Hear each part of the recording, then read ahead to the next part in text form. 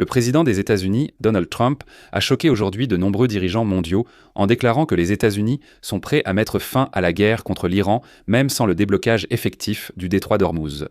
Trump déclare que les États-Unis ont atteint leurs objectifs militaires en Iran et que si quelqu'un a besoin de débloquer le détroit d'Ormuz, il n'a qu'à venir lui-même et combattre l'Iran. Je rappelle que c'est à cause de la guerre de Trump que le détroit a été fermé. Mais ne tirez pas de conclusions hâtives, car il faut noter qu'en un mois de guerre, Donald Trump a répété 12 fois que la guerre contre l'Iran allait bientôt se terminer. Souvent après de telles déclarations, c'est au contraire l'escalade qui survenait.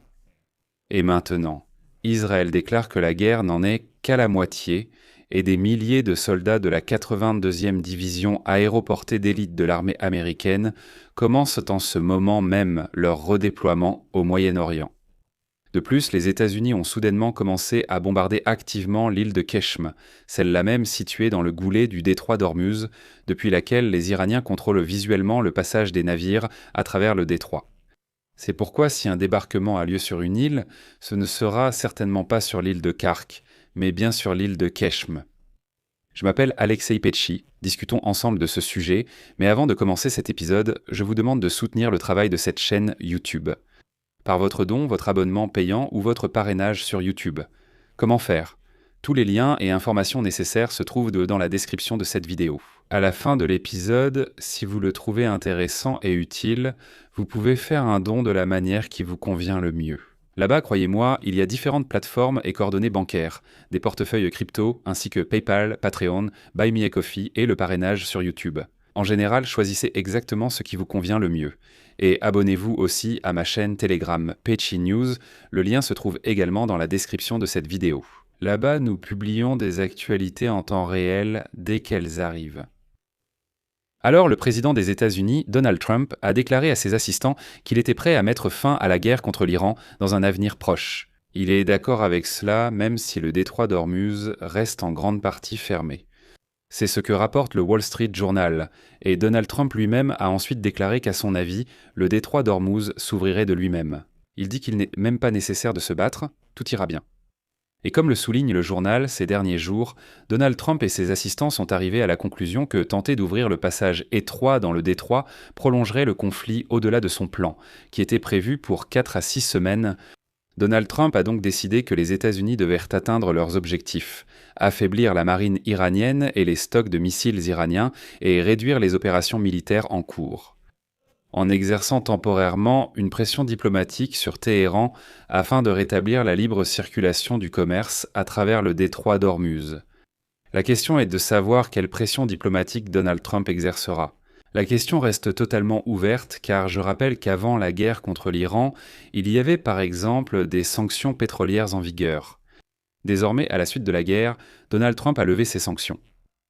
Si la voie diplomatique ne permet pas de débloquer le détroit d'Ormuz, Washington insistera pour que les alliés en Europe et dans les pays du Golfe Persique prennent l'initiative de rétablir le fonctionnement du détroit. Autrement dit, c'est Donald Trump lui-même qui a déclenché cette guerre, provoqué l'escalade, et maintenant il veut simplement quitter la région et dire aux Européens et aux pays arabes que le blocage du détroit d'Ormuz est désormais leur problème. Il est venu à semer le désordre, est parti et dit « débrouillez-vous ». Les sources disent aussi que Donald Trump pourrait envisager des options militaires, mais que ce n'est pas sa priorité principale. Le Wall Street Journal ajoute que si la guerre se termine sans la réouverture du détroit d'Ormuz, il est probable que Téhéran renforcera son contrôle sur cette voie navigable et qu'une opération complexe pour la rouvrir sera reportée à une date ultérieure, mais cette fois sans les Américains. Et dans ce contexte, Donald Trump s'est ouvertement attaqué aux alliés européens, leur reprochant de ne pas soutenir suffisamment les États-Unis dans la guerre contre l'Iran. Et il a laissé entendre qu'ils devront rouvrir le détroit d'Ormuz par leurs propres moyens. C'est d'ailleurs la 3e fois en quelques jours que Donald Trump laisse publiquement entendre qu'il pourrait mettre fin à la guerre en Iran sans rouvrir le détroit d'Ormuz. En fait, Donald Trump déclare que les États-Unis laisseront les autres pays seuls face à la nécessité de résoudre un problème économique extrêmement grave et de rétablir l'approvisionnement d'environ 1/5 des réserves mondiales de pétrole. De plus, le Pentagone a également déclaré que le détroit d'Ormuz n'est en fait pas un problème pour les Américains. Ils disent « Oui, nous sommes venus, avons déclenché la guerre, et à cause de cette guerre, le détroit d'Ormuz a été fermé, mais cela ne nous concerne pas. Faites comme vous voulez, débrouillez-vous. Si vous ne voulez pas, faites comme bon vous semble. » Trump utilise désormais le blocage du détroit d'Ormuz comme moyen de chantage envers les alliés. Citation de Trump. À tous ces pays qui ne peuvent pas obtenir de carburant d'aviation à cause du blocage du détroit d'Ormuz, comme le Royaume-Uni, qui a refusé d'intervenir dans la décapitation de l'Iran, j'ai une proposition à vous faire. Eh bien, tout d'abord, achetez ce carburant aux États-Unis. Nous en avons en abondance. Et deuxièmement, ayez du courage, allez dans le détroit et prenez simplement ce carburant par la force. Il va falloir que vous commenciez à apprendre à vous battre pour vous-même. Les États-Unis ne vont plus vous aider, tout comme vous ne nous avez pas aidés. Mais vous savez, je voudrais juste souligner une chose. Trump avait en fait déclaré à plusieurs reprises auparavant qu'il n'avait pas besoin d'aide. Ou alors je me trompe. Trump a dit publiquement que nous n'avions pas et n'avions jamais eu besoin d'aide. Et maintenant il dit « Vous ne nous avez pas aidés, nous non plus nous ne vous aiderons pas ». Il me semble que cela ressemble beaucoup à un trouble bipolaire. Mais excusez-moi, peu importe à quel point Trump se vante, sa déclaration sur la fin de la guerre semble n'être qu'un prétexte, au contraire, pour une escalade du conflit. Et à cet égard, les plans des États-Unis sont devenus un peu plus clairs. Israël. La mission des États-Unis et d'Israël en Iran a dépassé la moitié du chemin. Désormais, l'attention principale se porte sur les réserves iraniennes d'uranium enrichi. C'est ce qu'a déclaré le Premier ministre israélien Benjamin Netanyahou. Et selon lui, les forces américaines et israéliennes ont déjà frappé des éléments clés du potentiel militaire iranien, y compris des systèmes de missiles, des usines d'armement et du personnel lié au programme nucléaire du pays. Et même si Netanyahou a refusé de donner des délais précis pour la fin du conflit, il s'est dit confiant quant au maintien d'une dynamique favorable dans l'alliance américano-israélienne. Dans le même temps, l'armée israélienne a déclaré qu'Israël était prêt à continuer d'attaquer l'Iran dans les semaines à venir. Pour cela, le pays dispose d'un nombre suffisant de cibles et de munitions. Et puis, probablement le plus important, les Américains ont bombardé aujourd'hui l'île de Keshm, celle-là même qui est située à l'endroit le plus étroit du détroit d'Ormuz. Depuis cette île, les Iraniens contrôlent visuellement le passage des navires à travers le détroit. Donc, s'il y a un débarquement sur l'île, ce ne sera sûrement pas sur Kark. Cela n'a plus vraiment de sens car tout le monde parle de Kark, mais probablement pas. Et très probablement, le débarquement aura lieu sur l'île de Keshm, où une énorme quantité d'armes iraniennes est concentrée. Et dans ce contexte, des milliers de militaires de la 82e division aéroportée d'élite de l'armée américaine ont commencé à être redéployés au Moyen-Orient. L'arrivée des parachutistes se poursuivra tout au long de cette semaine. Au total, l'effectif du contingent sera d'environ 3000 militaires.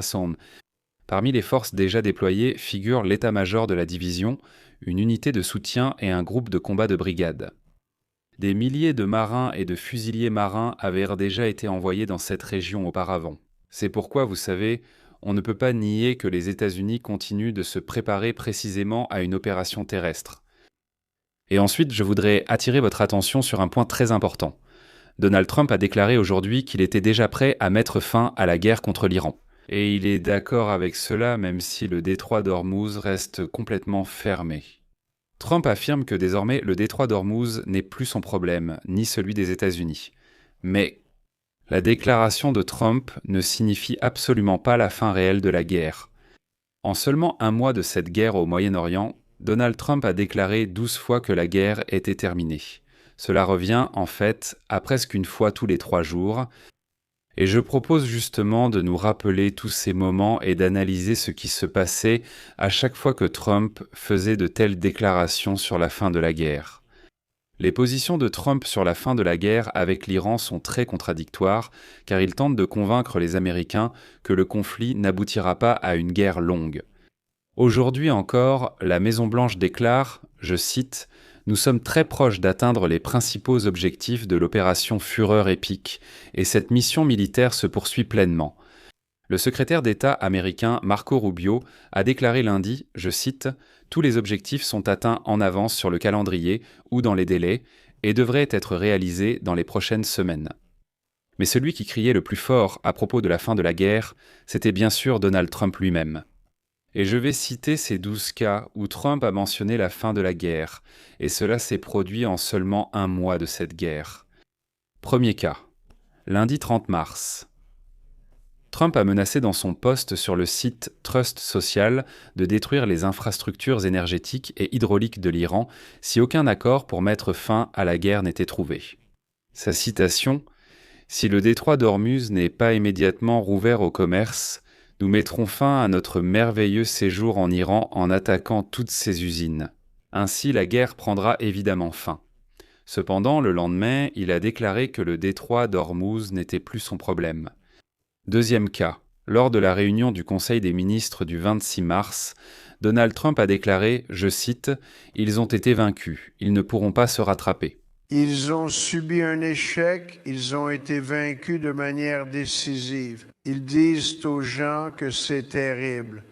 En fait, Donald Trump a déclaré que l'Iran était vaincu et qu'il ne restait plus qu'à mener techniquement la capitulation à son terme. Troisième cas, le 24 mars. Donald Trump est allé encore plus loin et a déclaré que la guerre était déjà terminée et qu'il y aurait un changement de régime en Iran. Citation : « Nous avons gagné cette guerre est déjà gagnée. » Je pense que nous allons mettre fin à la guerre, mais je n'en suis pas sûr. Je n'aime pas le dire. Nous avons gagné cette guerre a été gagnée. Le 23 mars, Donald Trump a laissé entendre qu'un accord de paix était possible concernant la guerre avec l'Iran, dans un message sur le site Trust Social, écrit en très grandes lettres majuscules. Et il a déclaré que les États-Unis et l'Iran avaient eu des discussions très bonnes et productives sur un accord de paix. Cependant, Donald Trump a aussitôt précisé que sans accord, je cite, « Nous bombarderons de toutes nos forces. » Cinquièmement. Dans une interview à la chaîne Fox News le 13 mars, Donald Trump a déclaré « à supposer que la guerre se terminerait quand, je cite, « je le sentirai de tout mon être, mais il ne pense pas que cela durera longtemps. » Trump a alors affirmé que l'Iran avait déjà capitulé, mais qu'il n'y avait personne à Téhéran pour signer, et que la guerre se poursuivait simplement parce que Donald Trump n'avait pas encore décidé qu'on pouvait arrêter, alors qu'il avait en réalité déjà gagné. Je le rappelle encore une fois, c'était le 13 mars. Le 12 mars, Donald Trump a donné une évaluation franche. Ils sont pratiquement arrivés à la fin. L'Iran est fini. Cela ne veut pas dire que nous allons immédiatement mettre fin à la guerre, mais ce n'est qu'une question de temps. Tout est déjà décidé. Septième cas. Le 11 mars, le président Trump a déclaré aux médias Axios que la guerre avec l'Iran se terminerait bientôt, car il n'y a pratiquement plus rien à cibler. Il a dit que la guerre se terminerait, je cite, « à n'importe quel moment, quand je le voudrais ». À la même époque, au 12e jour de la guerre, Trump assurait que l'Iran n'avait déjà plus de missiles ni de drones. Les forces navales et aériennes de l'Iran sont complètement détruites et anéanties, et en général, il ne reste plus un endroit intact en Iran. Et maintenant, il ne sait même plus quoi bombarder là-bas, il dit qu'il n'y a plus de cibles à attaquer. Le même jour, le 11 mars, Trump a déclaré à la foule, je cite, « On n'a jamais envie de parler de victoire trop tôt, mais je vais le dire, nous avons déjà gagné. Dès la première heure, tout était terminé. » Quelques minutes plus tard, il a ajouté, je cite, « On ne veut pas partir trop tôt, n'est-ce pas? On doit finir le travail, n'est-ce pas ?» Opération Epic Fury.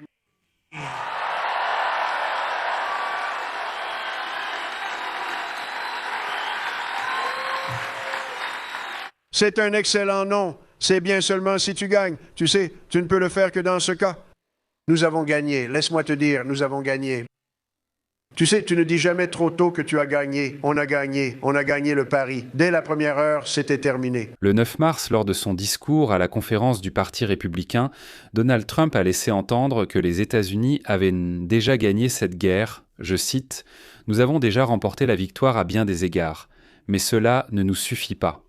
Nous avançons avec encore plus de détermination pour obtenir la victoire finale qui mettra une fois pour toutes fin à ce danger ancien. » Nous avons déjà gagné à plusieurs niveaux, mais ce n'est pas assez. Nous avançons avec plus de détermination pour atteindre la victoire finale qui sera définitive. Le 9 mars, Donald Trump a déclaré que la guerre avec l'Iran se terminerait très bientôt et que l'Iran serait, je cite, complètement détruit. On peut maintenant appeler cela un immense succès. C'était le 9 mars. 11e cas. Le 2 mars, lors d'une conférence de presse consacrée à la remise de la Medal of Honor à 3 soldats américains, Donald Trump a fièrement annoncé le succès dans la guerre. Encore une citation. « Nous allons gagner facilement, quoi qu'il nous en coûte. » Nous avons l'armée la plus forte et la plus puissante du monde et nous allons gagner facilement. Et le 12e cas. Dans une interview à la chaîne ABC News le 2 mars, Donald Trump a déclaré que l'opération avait été un succès total. Dès le 3e jour après le début de la guerre, il affirme que l'opération est déjà presque terminée. « Personne d'autre n'aurait pu le faire, à part moi. Et vous le savez. » Personne n'aurait pu le faire, à part moi. Et vous le savez. Et donc, à chacune des 12 fois où Donald Trump a proclamé la victoire, ou que la guerre était terminée, que la fin était proche, et ainsi de suite, à chaque fois, on déclarait que l'aide des alliés des États-Unis était inutile. Mais plus cette guerre durait, plus Trump réagissait nerveusement lorsque les Européens refusaient de lui apporter leur aide dans la guerre contre l'Iran.